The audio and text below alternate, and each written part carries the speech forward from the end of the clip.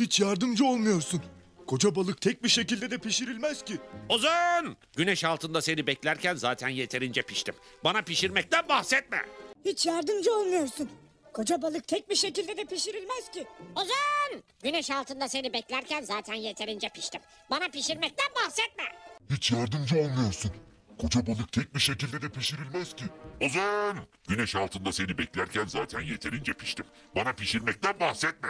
Hiç yardımcı olmuyorsun. Koca balık tek bir şekilde de pişirilmez ki. Ozan! Güneş altında seni beklerken zaten yeterince piştim. Bana pişirmekten bahsetme. Es haben Emre Schiffmann ab. Schiffmann ist den ersten aus Leichheit, Kemines und Flaschen. Nöso! Hiç zemli şifmedeli geçip geç kılamış yok. Nasıl mu daşti? Hiç yardımcı olmuyorsun. Koca balık tek bir şekilde de pişirilmez ki. Ozan! Güneş altında seni beklerken zaten yeterince piştim. Bana pişirmekten bahsetme. Hiç yardımcı olmuyorsun. Koca balık tek bir şekilde de pişirilmez ki. Ozan! Güneş altında seni beklerken zaten yeterince piştim. Bana pişirmekten bahsetme. Hiç yardımcı olmuyorsun. Koca balık tek bir şekilde de pişirilmez ki. Ozan! Güneş altında seni beklerken zaten yeterince piştim. Bana pişirmekten bahsetme. Hiç yardımcı olmuyorsun. Koca balık tek bir şekilde de pişirilmez ki. Ozan! Güneş altında seni beklerken zaten yeterince piştim. Bana pişirmekten bahsetme. Hiç yardımcı olmuyorsun. Koca balık tek bir şekilde de pişirilmez ki. Ozan! Güneş altında seni beklerken zaten yeterince piştim. Bana pişirmekten bahsetme. Hiç yardımcı olmuyorsun. Koca balık tek bir şekilde de pişirilmez ki. Ozan! Güneş altında seni beklerken zaten yeterince piştim.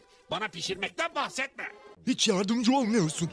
Koca balık tek bir şekilde de pişirilmez ki. Ozan! Güneş altında seni beklerken zaten yeterince piştim. Bana pişirmekten bahsetme. Hiç yardımcı olmuyorsun. Koca balık tek bir şekilde de pişirilmez ki. Ozan! Güneş altında seni beklerken zaten yeterince piştim. Bana pişirmekten bahsetme. Hiç yardımcı olmuyorsun. Koca balık tek bir şekilde de pişirilmez ki. Ozan! Güneş altında seni beklerken zaten yeterince piştim. Bana pişirmekten bahsetme. Hiç yardımcı olmuyorsun. Koca balık tek bir şekilde de pişirilmez ki. Ozan! Güneş altında seni beklerken zaten yeterince piştim. Bana pişirmekten bahsetme. Hiç yardımcı olmuyorsun. Koca balık tek bir şekilde de pişirilmez ki. Ozan! Güneş altında seni beklerken zaten yeterince piştim. Bana pişirmekten bahsetme.